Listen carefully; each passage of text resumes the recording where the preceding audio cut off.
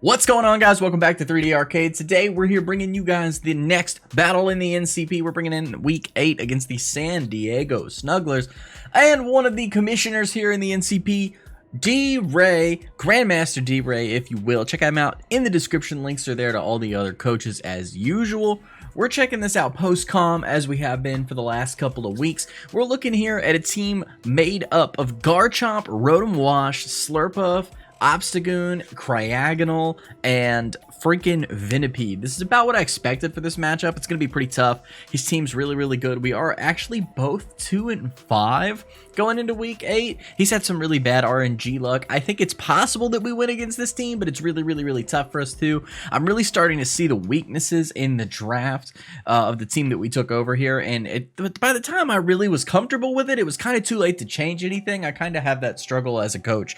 Taking over a team mid-season, I mean, me as a coach in general, I have that struggle, so taking it over mid-season is kind of rough for me sometimes, but it's all good because we're going to keep on rolling here. By the way, shout out to Harris Heller for the stream beats in the background audio that you guys are hearing. That is the source of that.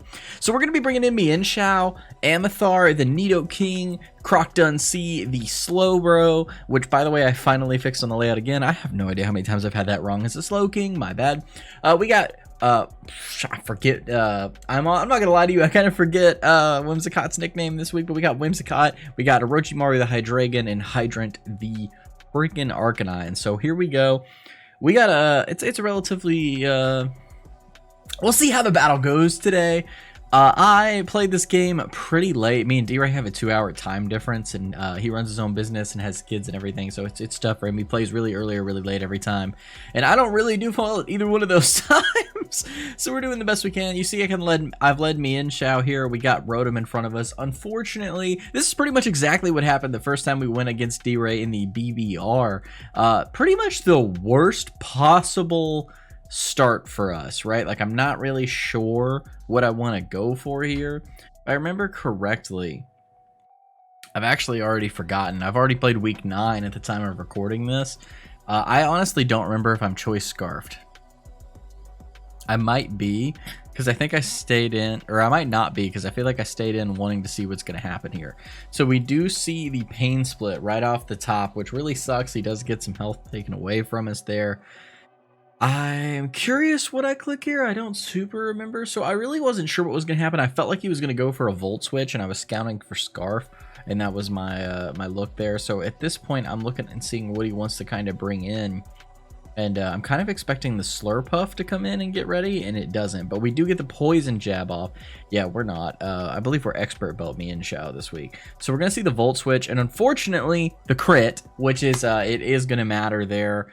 It's going to do, like, we had about exactly double damage left, so that's unfortunate. We are going to see Mienshao go down right here at the start. We're 5-6 already, but we do have full load at half health. His item is gone, and he is poisoned, which is really nice to see on that bulky thing. We do also know it's got Volt Switch and Pain Split, although me keeping up with that is questionable. We'll see if I manage to hold on to that or not moving through the battle here. We're going to communicate for a good bit. Obviously, D.rey gets to pick who he wants to lead with at this point in the match. We don't really have control. He does have his Spinner and Cryogonal, Defog in maybe just Rotom, but I want to say something else might get it as well. We do have Guts Obstagoon as a potential speed boost here. Obviously, on McLaren, the Scolipede could be scary. The Unburdened Sweep is something to worry about on that Mienshao, or not that Mienshao, on that Slurpuff now that our Poison Jabber is gone. So we're going to see Scolipede come out, and I'm going to be kind of expecting it to protect turn 1. So what can I do there to kind of go against that speed? I'm not really sure. Do I end up going Slowking? Yeah, I end up going Slowbro. So this, I think, was one of my first misplays of the match. I don't know why I did not go to Hydreigon. Obviously, they're both weak to Bug, but I really expected him to protect, so I really thought it would be smart of me to go out and get Tailwind up. Obviously, he doesn't protect, so that's pretty crazy. He does have the Mega Horn. This is actually the point in the battle where I said to myself, this thing's not just Poison type, it's Bug. So it's, I don't know if Bug resists Psychic or not, but it's at least, you know, it's super effective, and I think it might be neutral. Megahorn did big crazy damage, and honestly, I look at this and I'm like, thank God. I actually didn't realize this at the time, but Fairy resists bug. So Whimsicott was actually neutral here. But I've got 3 bug resists on the field in Amathar, Hydrant, and Ba. But unfortunately, I actually had 4 bug resists until Mienshao died. But unfortunately, I went to one of my bug weaknesses, Classic. It does not help that Whimsicott, while resistant to bug, is quad weak to poison. So, not a good option for us. So I'm going to take a lot of time here, really kind of evaluate, do I just let this thing go down? What do I think here, right? I know he's +1 speed. I remember I was checking to see who was who. So I kind of just want to scout and see if he switches or what he does. He does go for the Earthquake, and that is going to kill Slowking. Terrible choice on my part, honestly. We're going to see some very questionable decisions for me in this match. This is very poor draft league play on my part. But D.rey is just reading me like a book, doing great stuff. Obviously, I'm pretty sure he was expecting either Nidoking or Arcanine to come out there because they are bug resist, and one's neutral to poison. And I want to say that Amathar resists poison as well. But we're going to be chilling here. So we're now at the point where he's +2. Everything on the field is going to be outsped by him. Even if I get Tailwind up with Orochimaru, he's going to be in trouble. So Amathar coming in with the Flamethrower is like the only thing that can kill at this range. It's the only chance we have. But he goes down to an Earthquake. So really this thing kind of just sweeps us at this point. Unless we threaten it out somehow. Because, you know, Amathar is going to be weak to Earthquake. Hydreigon's going to be weak to Megahorn. Arcanine's going to be weak to Earthquake. And I'm presuming he has Poison Jab or something. Whimsicott's also going to be weak to this Pokemon. So he's looking really, really, really good in this position. Waiting to see what's going down, though. Let's go. Let's go, D.rey. I don't remember if he stays in here. 6-4 is not a great feeling, obviously. We have no hazards. He has no hazards up.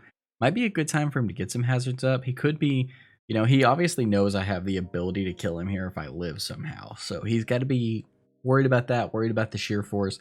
I could potentially also get rocks up, so switching could be risky because, you know, bugs don't like rocks. But poison might actually resist rock. I might be making that up. Maybe he's neutral to rock. I don't think so, but, you know. So he is going to be careful, and he's going to go ahead and pull him out, which probably should have told me he might not have the correct connect, or he's really expecting the Earthquake, so he goes out to his Levitate boy. And I did click Ice Beam because it did okay damage to Rotom Wash, good damage to Garchomp, who I kind of expected. And thankfully, we do see that that Future Sight go off here as well, so we're going to see some stuff. Obviously, Slurpuff was not a good switch for him. So we are locked into Ice Beam, which isn't going to do a whole lot. So we're kind of forced to switch, which is unfortunate. Otherwise, we could do some good stuff here. But we are weak to Ice as well. So we're going to go out to Hydrant, and he might make the double here. We're going to Intimidate. He might Rapid Spin or make the double, or maybe he just attacks. He recovers. Yeah, so he recovers off all that damage. Looking absolutely fine. Like, we could not touch him. He might have suspected that we were Scarf. If he didn't, he definitely does now. He's like, I don't know, but maybe he was just figuring I couldn't do anything big to him. If we were carrying the superpower, pretty sure we killed this thing, but he might have assumed with Ice Beam that we're Special Nidoking and therefore couldn't do as much. Flare Blitz is going to knock him out. I'm looking at who I think is going to come in here. Who is it going to be? I'm thinking it might be Obstagoon, potentially. Could be Slurpuff, which is unfortunate. And then, of course, we get the Rotom Washout, which I believe is in 2-hit KO range with 2 close combats, which is why I picked close combat at the time. So we're going to be -1 defense and Spadef. We should outspeed this. We know that from our Mienshao earlier, that he's not Scarfed. And Poison should kill him the next turn. So in my mind, I'm thinking, all right, let's go ahead and get in position to make him have to question maybe what he brings in next, not give him a free in for Garchomp, potentially. Because he's dying to poison. At this point, full disclosure, you might remember I referenced this earlier, but I don't remember that this thing has Pain Split. Completely forgot that this Whimsicott has Pain Split. not Whimsicott. This Rotom Wash has Pain Split, and my dumb butt switches out to Hydreigon, which unfortunately takes a nice clean Pain Split, and we can't kill this Rotom from its current health, and we lose like half of our health. It is very unfortunate. He is back at half. It's basically like nothing happened to him, but he got us back out of position and fully at health.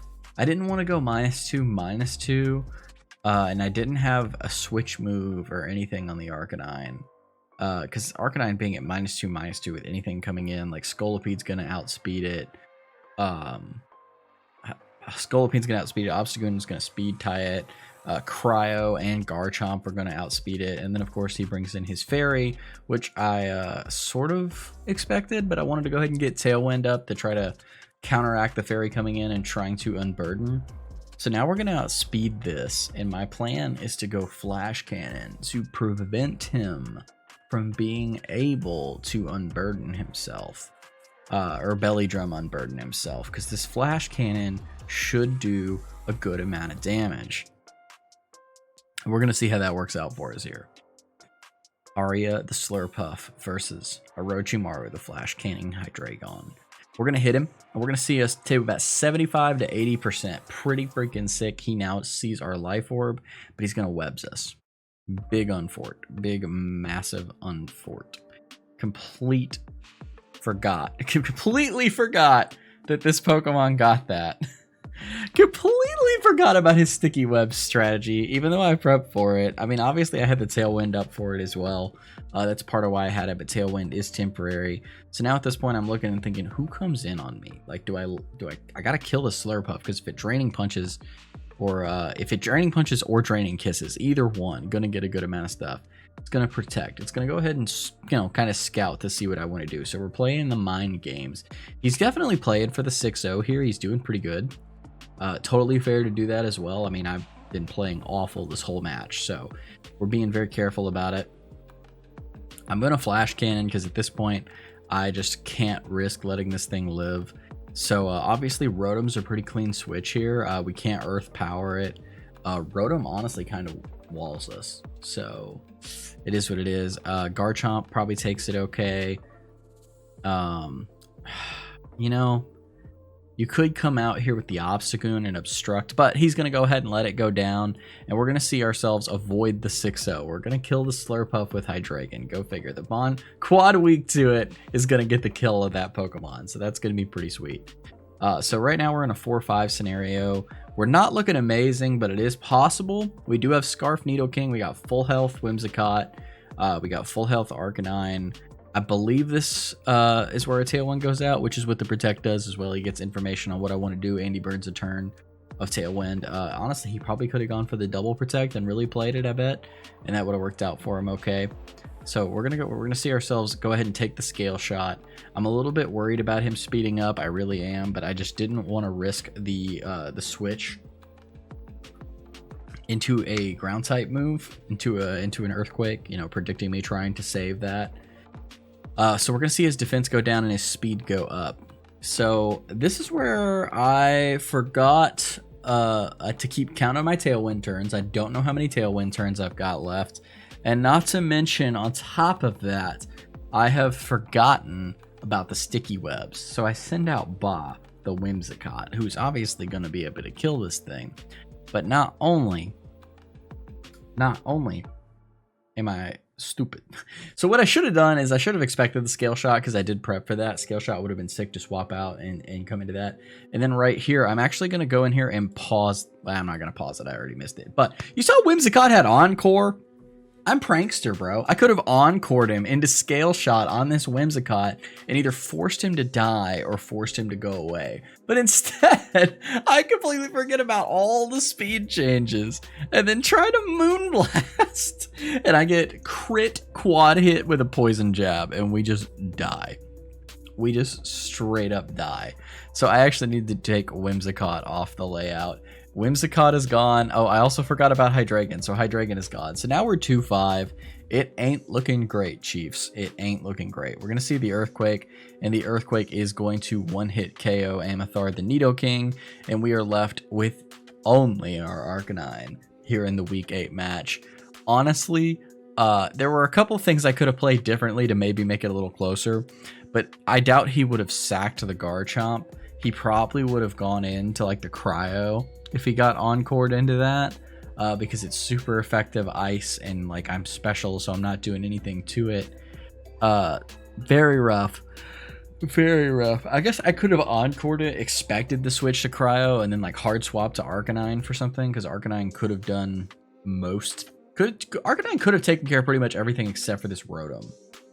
Once Garchomp was out, unless Garchomp came back. But if Garchomp came back, you'd have to take a hit. But we are going to see the Garchomp knockout. Oh, a little too fast. Obviously, you guys know we lose this match at this point, so that's not spoilers. We're going to get a close combat off. That's about the best damage we can do to this particular Garchomp. And we're going to see the Rough Skin come in, and that's going to bring us down to 5. And this next turn, D.rey is going to take the 5-0 win against the Arkansas Pigknights for the week, bringing him to 3-5 and us to 2-6 heading into the last 2 battles. It was honestly great play by him. Like I said, I was just like, man, I mean, first of all, D.rey's team is amazing. I did not feel good about this match coming into this match, but man, I played so bad, and I'm so sorry for you guys. We got 2 more weeks in the NCP. We're going to try to get another win. If I actually get another win, we're going to match our record in the 10-week season of BBR, right? So we are right now, we've done 8 weeks. There's only 10 weeks. BBR had 12, so there I was 3-9. But I would like to match my win record for public Wi-Fi draft leagues, because I actually do pretty. I have this thing where I do pretty good in all the leagues. Oh, look at my awful camera that's there. Ha. Well, we're just going to leave that there. I do pretty good outside of Wi-Fi leagues in my practice leagues. And so I want to bring that to you guys, and we're going to see how we can do that. But for now, I'm going to wrap it up. I'll catch you guys back here next week. Drop a like, check out D.rey in the description, and I'll see you guys for week 9 soon. Peace. Bye.